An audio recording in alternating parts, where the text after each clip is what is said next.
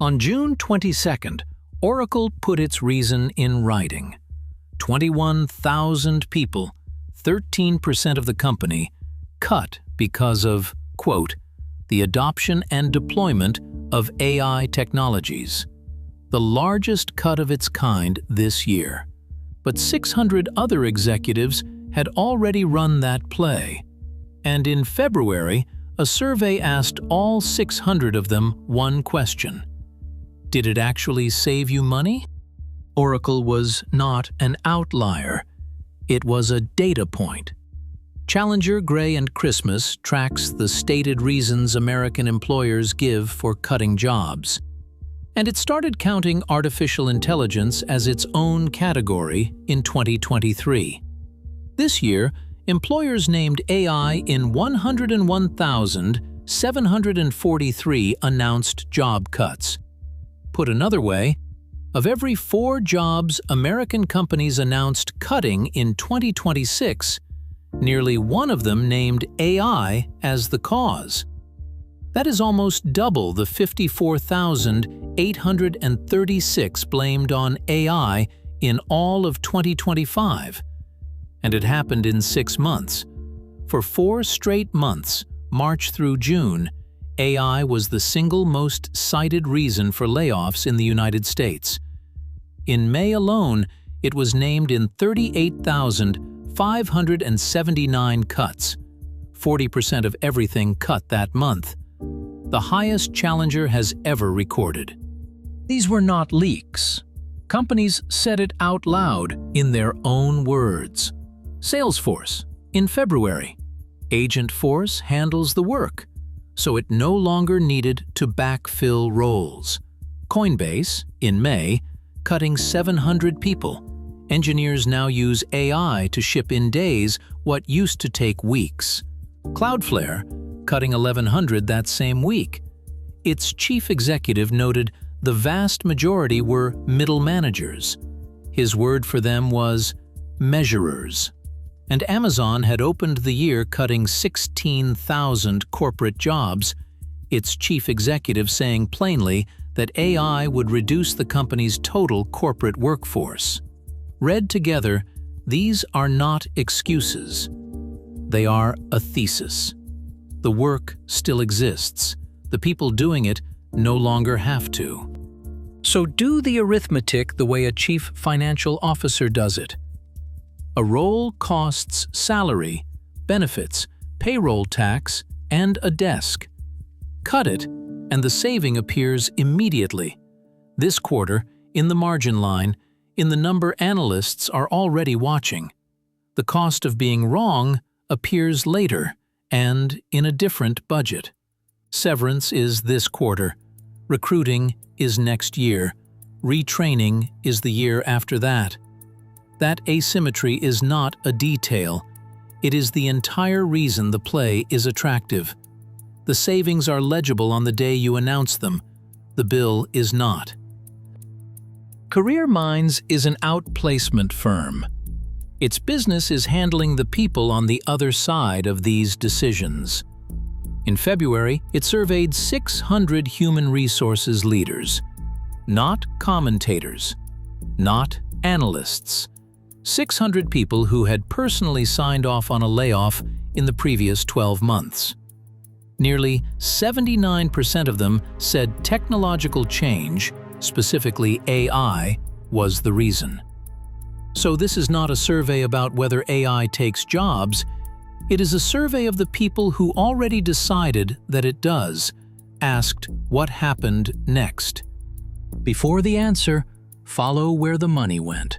Because payroll did not evaporate. It moved. In April, Anthropic crossed roughly $30 billion in annualized revenue. 15 months earlier, that number was $1 billion. About 85% of it comes from enterprise and developer customers, companies, buying seats. Card data from Ramp put Anthropic at 34% of American business spending on AI, just ahead of OpenAI. And Gartner expects the world to spend $2.59 trillion on AI this year, 47% more than last year. A headcount line goes down. A software line goes up. Same building, same fiscal year. The only question that matters is whether the second one is smaller than the first. Which brings us back to those 600 people who already know the answer for their own company. Careerminds published what they said on July 13th. It is the least dramatic document in this entire story, and it is the most damaging. 26.7%, roughly 1 in 4, said the restructure left them ahead financially. 42.4% broke even, and 30.9% said rehiring ended up costing more than the layoffs ever saved. More than half of them, 52.1%, had already rehired for roles they had eliminated within 6 months. 35.6% brought back more than half of the positions they cut, and 9 in 10, 91.6%, said that knowing what they know now, they would do it differently.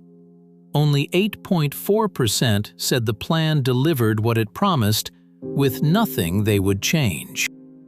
Now the part that does not fit a clean story. This is not evidence that AI does nothing. 21% of these companies said it did fully replace the roles, with no operational problems at all. Meta cut about 8,000 jobs and moved roughly 7,000 people into new AI roles in the same breath. IBM cut thousands while planning to triple its entry-level AI hiring. That is not deletion. It is repricing. The headcount is being rebuilt with different labels, and the survey is blunt about the cost of the round trip. 32.9% of these companies lost critical skills and expertise, and 28% found the workers they kept could not fill the gap that was left.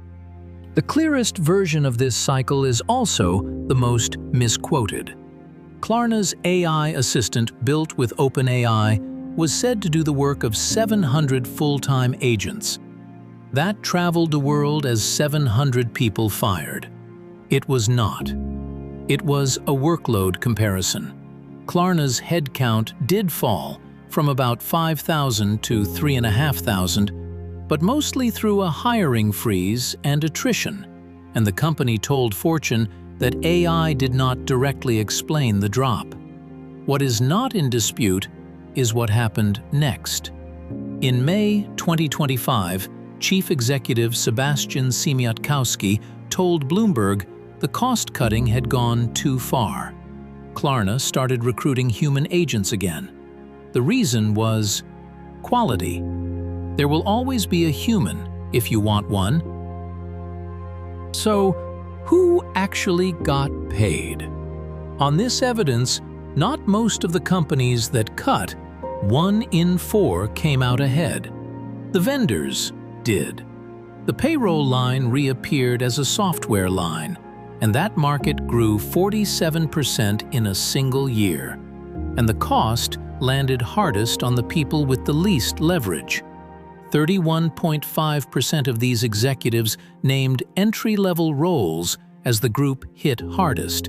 In the same year, the industry keeps saying it cannot find junior talent. Careerminds' own conclusion is almost boring. Before laying people off, take an inventory of the skills you already have. 600 executives paid to learn that. The invoice is still arriving. Follow the compute.